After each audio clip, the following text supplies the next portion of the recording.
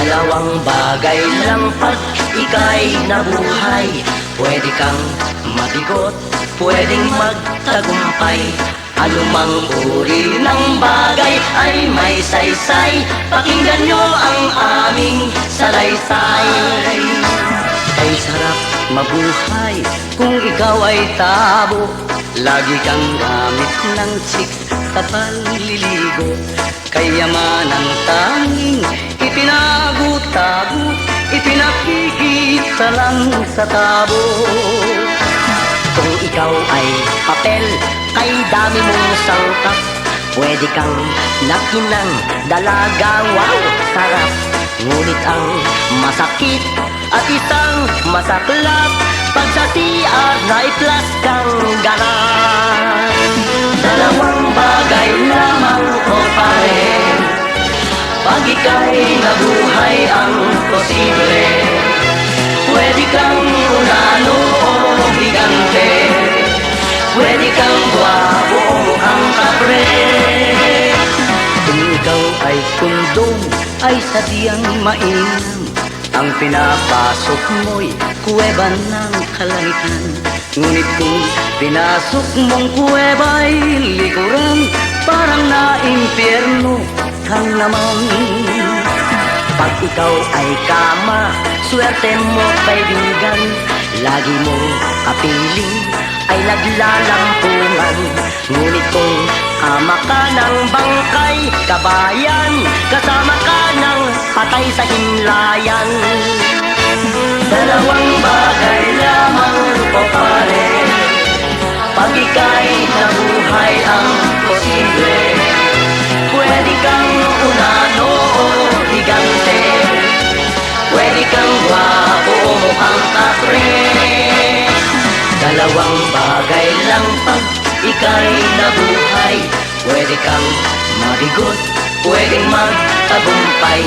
Anumang uri ng bagay ay may saysay. Pakinggan nyo ang aming salaysay. Anumang uri ng bagay ay may saysay. Pakinggan nyo ang aming salaysay.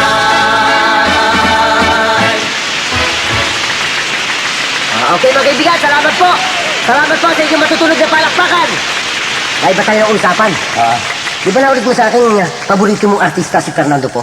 Talagang ako'y tagahanga ni Fernando po. Talaga? Hindi lang ako.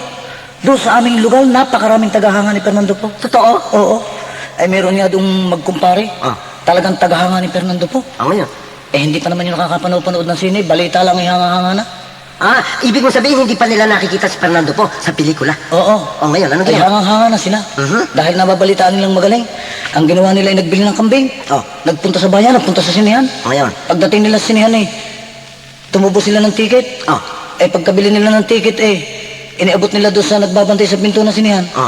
Ang ginawa nun, siyempre, ang gagawin nun sisiraan ng ticket. Pinunit? Oo. Ay, totoo naman, dapat punitin yan. Ay, nung mapunit ang ticket, sabi ng isa sa kumpare, pare, bakit sinira ang ticket? Kamahal nating bilhin. Ay, di, sabi ng isa, di bumili ka ng iba.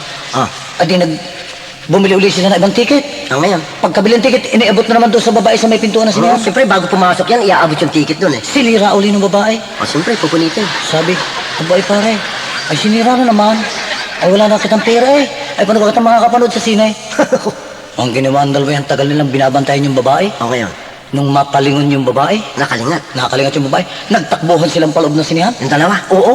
Ay pagdating nila sa loob ng sinehan ang eksena si Fernando Poy nakaumang ang baril sa kanila. Nakatutok sa kanilang baril. Sabi ni Fernando Poy, magbayad kayo. Pag hindi kayo nagbayad, kay babarling ko.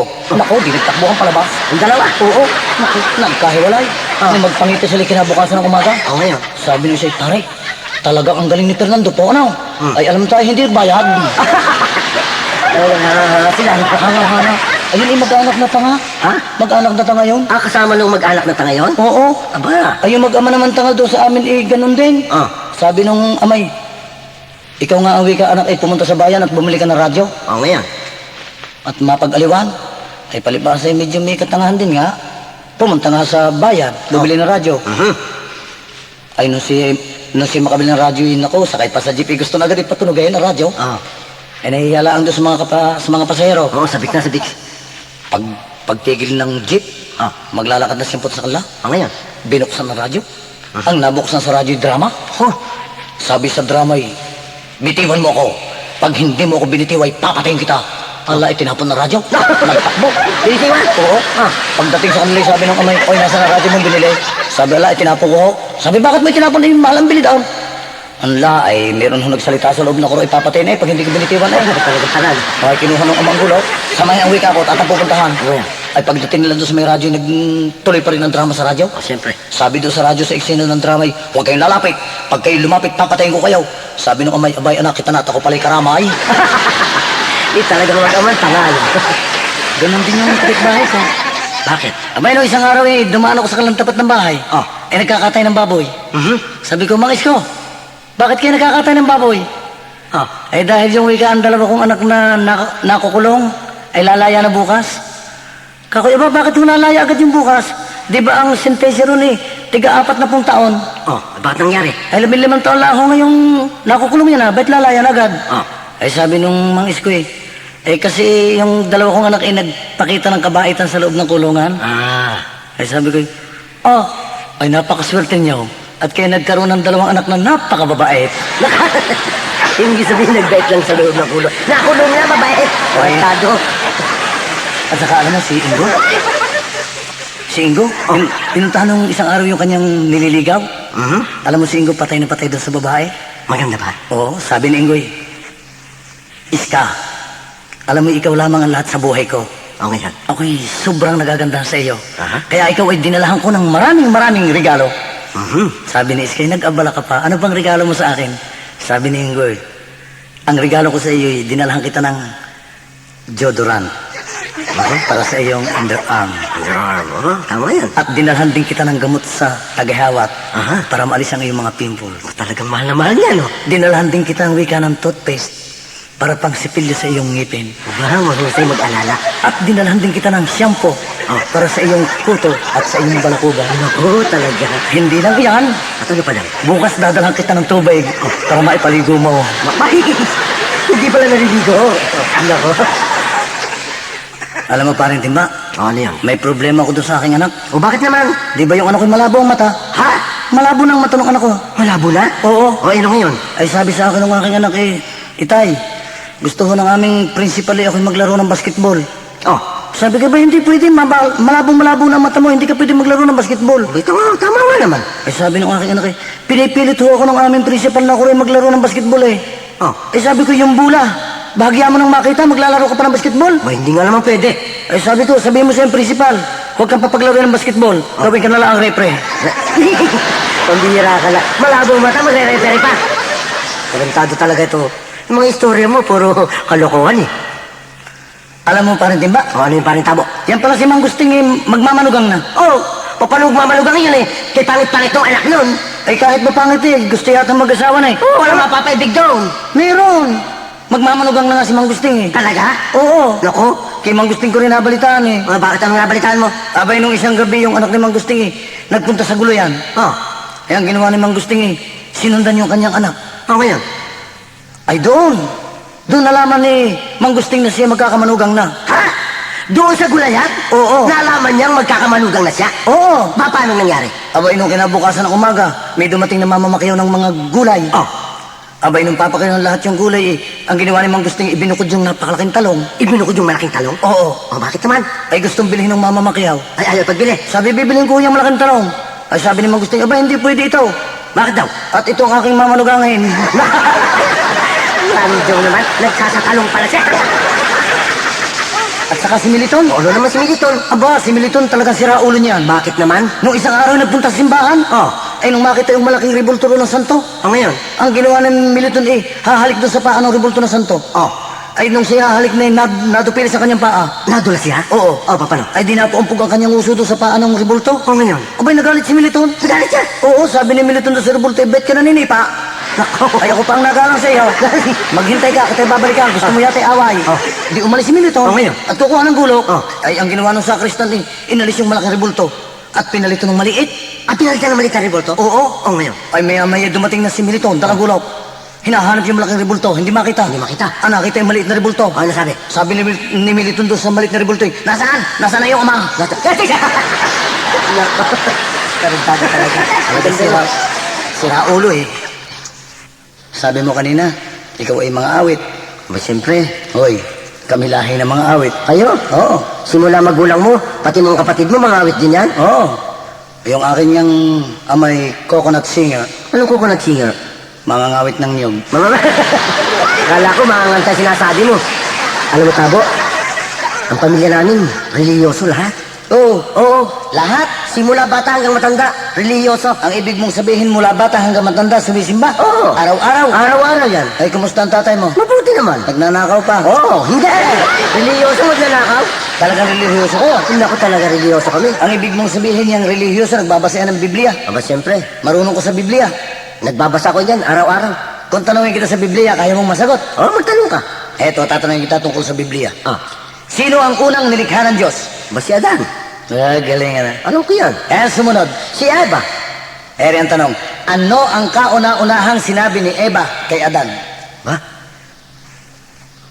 Adan, mamasyal tayo. Uy, mali. Adan, kumain tayo. Mali rin. Adan, maligo tayo sa batis. O, tag-araw noon, iga ang batis noon. Tarantado kayo, anong sinabi ni Eva kay Adan? Sabi ni Eva kay Adan, Adan, magsalawal ka naman. Buti pa, tulaan ko na lang. Bakit marunong ka bang tumula? Oo, Oo. makata ako eh. Totoo? Oo. O sige nga, iparinig mo nga kay Aling Anggi yung tula mo. Eri ang tula ko. Sige, ano yan? Ang manok. Ang manok mo mare, mana mo ki inay. Ang manok ko na may mana ko kay tatay. Oh, maganda na. Kung paglalabani tayo'y magbubutaw, alin kaya mare ang magtatagumpay? Ang sabi mo mare, iyang iyong manok, malakas tumagay, magaling pumupog. Ngunit kumari ko itong aking manok, mataas lumipad, magaling sumalpok. At nang magsagupa ang aming alaga, ang manok ni Mari agad napahiga. Ang manok ko na may agad napadapa, kung iyong malasi parang aso't pusa. Sa lakas tumaga nitong aking manok, bawat ulos niya ay turok ng turok. Yun naman kanya'y salpok lang ng salpok, pag tinatamaan ay sabog ang utot. Pambira yung tula mo. Pero maganda naman yung tula mo. Nakakatawa.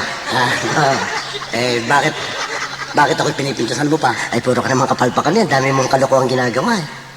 Katulad noong ikaw ba'y talagang nag-aral? Oo. Ha? Oo. Dahil kasi, narinig ko yung nagtanong yung anak mo eh. Sabi nung anak mo, Tay, anong English sa saging? Ba, sinagot ko naman ah. Anong sinagot mo? Sabi ko, Iho, ang English dyan sa saging ay lakatan. Yung lakatan. Ulol. Kaya no? Ang English sa saging ay banana. Kung hinog. Ibig sabihin kung hinog lang. Oo. Ay, sabi ko talaga. Ay, bakit? Ikaw ba? May nalalaman din. Abay, marami akong nalalaman. Alam mong lahat ng uri ng manok. Siyempre, nag-aalaga kami ng mga manok sa amin. Ay, halimbawa, anong tawag mo doon sa lalaking manok? Yung pasabong. Oo. Abay, tandang. Ay, yung babaeng manok. Inahin. Ay, yung anak. Ay, sisiyo. Ay, anong tawag mo sa kanila? Ha? Ano itatawag mo sa... Mga manok. Hindi. Manukan. Hindi rin. Poultry. Hindi, lalong mali. Mag-anak na manok. Oo, lalong mali yan. Uy, anong tama dyan? Ang tamang tawag sa mga manok na yan, pagtawag dyan eh, kurrrr, kaya... Bakit ganon? Ay, ganun yung mga manok ko, pag tinatawag ko. Ikaw talaga puro kakalokohan eh. Ay, bakit nung minsan, nabalita ko, hindi ka na raw, noon daw, hindi ka raw kumakain ng baboy. Kailan? Noon. Noon? Oo. Nung araw? Noong araw. Ay, sadyang hindi ako kumakain ng baboy nung araw. Bakit? Dahil ako may singaw. May singaw ka? Oo. Sumasakit ang bibig mo? Oo. O, bakit hanggang ngayon hindi ka pa rin kumakain ng baboy? Ay, paano yung baboy may singaw? Baboy naman ang singaw ngayon. Alam mo parang ba? Yung tanong mo ko rin sa akin kung bakit ako hindi kumakain ng kanin baboy. Eri ang dahilan. May singaw na, mayroon pang alipunga. Yan ang kung tawagin ay foot and mouth. Oo nga, no? So, mabuti pa iparinig natin sa mga tao yung ating awitin tungkol sa foot and mouth. Okay? Okay.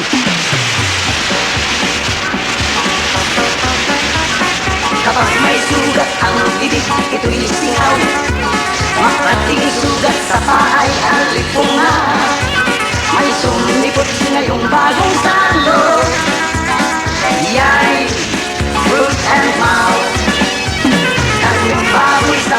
ticket di mapili. Baka raw mayroong foot and mouth ang madali. Luwi ang kukot musa'y may kasi. Ay, kasi. Tulad ng mga posme, kumain ng karne dahil sa foot and mouth na allergy. Ang paa ay namaga, mukha ay lumaki, kumapal ang labi, kumami ang buni. Well, ang posme ngayon ay mayroong foot and mouth. Naubos ang bukot, ang uso ay sabo, pati ngipin nila'y binubukbo. My foot and mouth.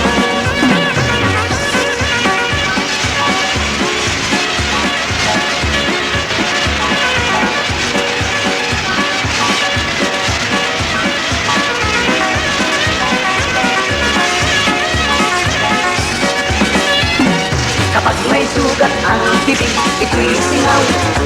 Makating sugat sa paa ay alipong na. May sumigot ngayong bagong salo.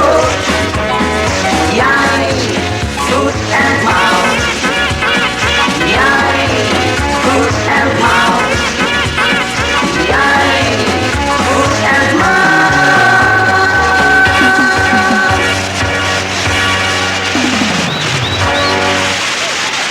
Maraming pong salamat sa inyong lahat. Thank you. Alam mo pare, Ano yan? meron akong kilala Na ano? na kandidatong mayor. Oh, ay siya nagpunta doon sa isang barangay para magkampanya. Siyempre. Ay inabot doon ng gabi. Inabot ng gabi doon. Oo. O, anong ginawa? Ay sabi ng kapitan ng barangay, dito na kayo matulog sa aming bahay. At malayo ang pag-uwi sa bayan, dito na kayo matulog magpalipas ng gabi. Siya nga naman. Ay dito na nga natulog yung magme-mayor. Ah. Ay ngayon yung kapitan ay may anak na dalaga. May anak na dalaga. Oo. Ay nung gabi, ay nakaramdam ng panunubig itong kandidatong mayor. Ngayon? Ay paglabas niya ng kwarto, ba nakita niya yung babaeng anak ng kapitan ay nakahiga? Nakahiga sa salas? Oo. Ngayon? Ay naka-lislis yung baro? Naku, nakataas yung damit niya? Oo, hanggang dito sa may liig. Nako. Ang ginawa nung magme-mayor naisip niya, kung ako lamang ay hindi magme-mayor, ay pakikialman ko na. Ayun ang ginawa ng mayor. Ay di umiwas siya. Nilampasan niya. Nilampasan niya yan. Ayan. Tuloy siya sa kanyang panunubig. Mabait, ano? Maya-maya, umakyat tuloy sa bahay, nahiga uli. Noong mga bandang alas 2 ng madaling araw, nakaramdam naman ng panunubig ang magme-mayor. Nako. Lumabas ulit siya, nakita na naman yung babae. Abay, wala nang bra. Wala nang brand babae? Oo. Ayun ang ginawa ng mayor. Ay naisip ng mayor na kung hindi lamang ako magme-mayor, ay pinakalaman na kita. Oo nga naman, ano? Lumampas ulit siya dyan. Nilampasan niya yung babae. Oo. Nanubig ulit siya. Pag-akyat ulit niya ng bahay, ba nakita niya wala nang panty. Wala nang pati babae? Oo. Ano sabi ng maging mayor? Sabi ng magiging mayor, talagang kung ako lamang hindi ko gustong maging mayor, ay talagang ikaw pakikialman ko na. Binahiga na ulit yung mayor. Nilampasan ulit. Nilampasan ulit. Ay nung umaga, Ngayon? ay yung palang kapitan ay may alagang bulugang baboy. Yung bambarakong baboy, Oo. ay mayroon dumating na magpapalahi Magpapalahi. doon sa baboy. Oo. Ay yung baboy ayaw pumaibabaw nung inahing baboy. Ayaw? Oo. Ngayon? Sabi nung kandidatong mayor bakit yan ayaw sumampad dyan sa inahin? Ayaw bumaba? Oo. Ay sabi nung dalagay, baka gusto rin maging mayor? Hindi nakahalata yung mayor na pinagkiramdaman lang siya ng dalaga. Oo. Alam mo pare, nung araw, sobrang dami ng pasyente dyan sa mental hospital. Oo nga. Kaya ang ginawa, isinakay sa aeroplano yung ibang pasyente at dadali sa Amerika. Doon pagagalingin. Para mabawasan naman dito. Oo. Oo. Ay nung lumilipad na yung aeroplano, saka yung mga pasyente, pagdating doon sa kaitaasan, nagtaka yung piloto. Bakit gumigiwang-gewang yung aeroplano? Ang ginawa ng piloto, tinawag yung stewardess. Ngayon? Sabi, steward. Lumapit ngayon yung stewardess sa piloto. Sabi, bakit po sir? Bakit gumigiwang-giwang tayo? Sabi ng stewardess kasi po yung ating mga pasyente ay naglalaro ho ng volleyball doon. Sa loob ng aeroplano? Oo. Sabi ng piloto, abay patigilin mo sila, baka bumagsak tayo. Dahil gumigiwang-giwang ang aeroplano. Oo nga naman.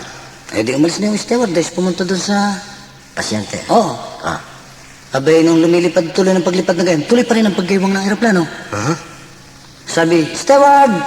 Lumapit tuloy yung stewardess.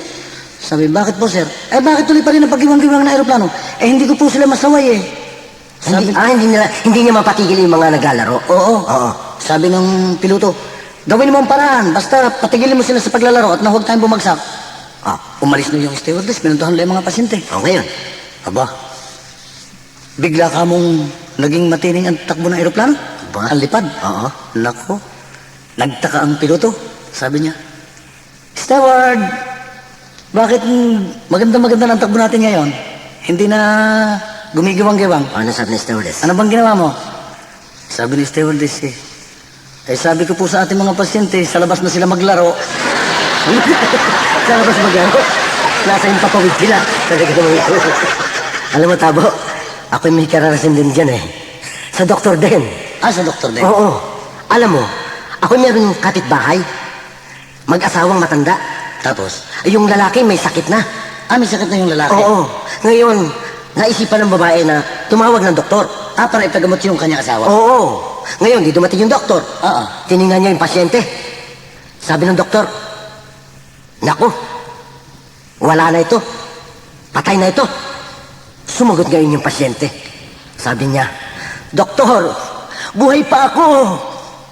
Sabi ng asawa niya, marunong ka ba sa doktor? Gusto mo rin yung mga tayan. Yan ang karagasan ko. Isa pa.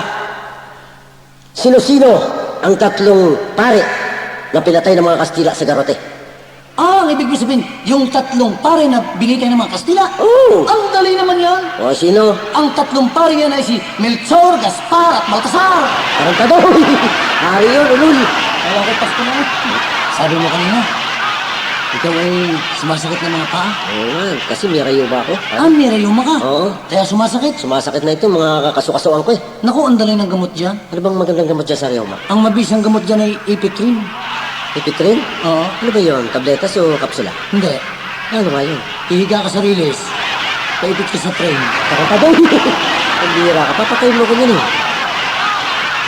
Ganyan na. Yung kapatid ko, magtataka ka doon. Bakit naman? Yung kapatid ko, nagtatrabaho sa opisina. Oh. 3 beses magpalit ng damit. 3 beses magpalit ng damit? Isa sa umaga, sa tanghali, sa hapon. Oo. Yung isa pang kapatid ko, Ngayon.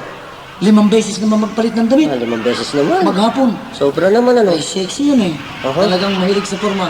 Oh. At yung isa pang kapatid ko, yun ang grabe. O bakit? 20 beses magpalit ng damit, maghapon. Mapambihira, sobra naman yung kapatid mo magbihis ng damit. Talaga, sobra. Ilan na bang taon yung kapatid mong yan? Alaya, 4 na buwan. Ha? Pambihira ka, bata pala naman eh. Siyempre, ako naman magtatanong sa'yo pare. Ano tatanong mo? Where is Singapore? Uy, English yan O, siyempre, English yan. Ulitin mo nga. Where is Singapore? Singapore is located in between Singapore and Singapore. Sige. Pambihira ka pare. At alam mo pare, Ano yun? napatawa ako doon sa aking kapitbahay. Bakit naman? Nakakatawa yung mag-anak na yun. Isipin mo nung isang umaga, sabi nung anak doon sa kanyang ina, Nay, bigyan po ninyo ako ng 50 pesos. O, bakit daw? Sabi nung ina, ahin mo 50 pesos. Ako po'y magpapatuli. 50 pesos bang tuli ngayon? Pamahal na nga. Sabi, opo. Itong wika ang 100. Sabi ng bata, bakit po 100? Isama mo iyong ama. Ay, tapos ano? Bumalik yung anak. Sabi ng anak ko, Inay, kulang ho ang pera binigay niyo sa akin. Bakit daw? Bakit ka magiging kulang 100 na binigay sa iyo? Kulang pa raw ho ng 50 pa. Bakit daw? Mahal daw ho kay tatay at makunat na. Talagang pag makunat na, mahal yan. Makunat na, magalit pa. At alam mo, meron pa ako isang nakakatawang pamilya nakita. Ano naman yun? Yung pamilya ng mga bingi. Ano? Pamilya ng bingi? Oo. Paano yan? Yung lalaki, bingi. Yung asawa, bingi. Babae? Oo. Yung anak na babae, bingi. May mag-anak na bingi nga, ano? Oo. O, anong istorya niyan? Minsan nga nagwawalis yung anak na dalagang bingi. Oh. May dumating na 2 mamimili ng baboy. O, ngayon? Sabi, Nini, makikiinom naman. Sabi ng dalaga, inay, inay, kung tayo raw ay may baka. Ay, Sabi nung, inay, aba, itong babaeng ito, ay may kakirihan, nakakita lang ng lalaki mag-aasawa na agad. Isusumbo kita sa iyong ama. Ay maya-maya ngayong kamay, dumating nang galing sa pangingisda. ngayon. Ang dami ng huli. Sabi agad nung ina nung dalagay, yan ang magaling mong anak na dalaga yan. Aba, nakakita lang ng lalaki mag-aasawa na raw. Ay sabi nung umay, ay sa buhay na ito, may hulit wala, ako pang kagalitan. Ay, ano tayo? Ano yun? Marami na kilalang biyak ang buhay. Ang lolo. Oo. Oh. Eh, tinanong ko siya. Sabi ko, pare, ano bang tawag sa kasuotan ng babae? Pag yung kaniyang bestida ay mayroong Biyak? biyak ang laylayan. Oh, ano sabi? Sabi sa akin eh, ang Ang inital. Oo. Ano naman? Ay dapat pagka yung pantalon, may biyak din ang laylayan. Ah. Ay ni, ang din. Ay dapat, pag ang pulo siya, ay may biyak ang manggas. Anong tawag dyan? Ano daw? Amay, ni, ang din. Ay pag ang tao naman, biyak ang uso, anong tawag doon? Ano sagot? Ano ka? Yung ama naman ay, ano? Galit sa'yo, no? Wasang. Yung isa pa, kapatid nun. Ah, may kapatid pa siya? Oo, biyak din ang uso. Oo rin? Oo. O, ano naman? Pero mapurma naman. Ah, maporma naman siya. Mahilig sa forma eh. Aha. Isang umaga, humarap siya sa salamin. Ah. Tapos, yung kanyang daliri, itinakip niya doon sa biyak ng kanyang uso. Oh, ngayon. Tapos siya nag-side view. Sa left side, ha? Left side. Aha. Tinignan niya kanyang mukha. Sabi niya, wow, parang malakong si Nick Umis. O, pagkatapos, Sa kabila namang side siya tumingin. nag-right view, ha? Oh, right view naman. Tinignan sa salamin ng kanyang mukha. Sabi niya, wow, parang naman ako si Noni Maintenance. Talaga, no? Tapos humarap siya ng diretsa sa salamin. Oh, ngayon. Inaris niya yung Yung daliri niya. daliri niyang nakatakip sa butas ng sa biyak ng kanyang muso. Oh, ngayon. Sabi niya, oh, pangit ba ako namuhay? Hindi sumaya siya sa kanyang uso. Pare, Ano? may napasal ako doon sa paaral ng mga retarded. Oh. Aboy, isang araw yung maestra ay nagtanong. Sabi niya, anong hayop ang kumakahol? Oh, ngayon. Sabi ng isa, ma'am. Yung isang retarded. Oo. Sabi, ikaw. Sabi, aso po. Sabi ng maestra, very good retarded. Ba talagang mahusay. Magaling na retarded. Nagtanong ulit ang maestra, ano namang hayop ang umingiyaw? Aha. Sumagot yung isang retarded, sabi, ma'am, pusa po. Ba, very good retarded, ano? Oo, sabi ng maestra, very good retarded. Ano namang hayop yung umuunga? Sumagot yung isa, sabi, ma'am, baka po. Sabi ng maestra, very good retarded. Tama, very good retarded. Ano nga palang hayop yung bang malakas tumalon? Malakas tumalon? Oo, na may kargang anak sa kanyang tiyan. Ano nga hayop yun? Uy, alam ko yan. Alam mo yan? Oh, Anong hayop yan? ang garo. Uy, very good, retarded.